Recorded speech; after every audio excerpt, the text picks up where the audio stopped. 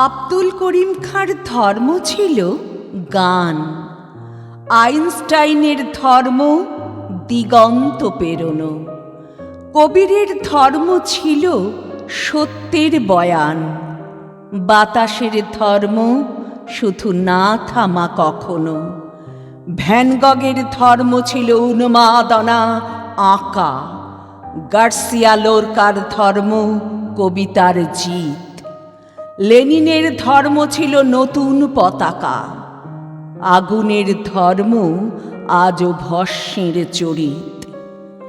এত এত ধর্ম কিন্তু একই গ্রহে থাকে, এ ওকে সে তাকে আরো জায়গা করে দেয়। তবে কেন অন্য পথ ভাবায় তোমাকে? তোমার ধর্মের পথে কেন অপব্যয়? যে তোমাকে শিখিয়েছে দখলের কথা, যেন সে ধর্মই নয়, প্রাতিষ্ঠানিকতা।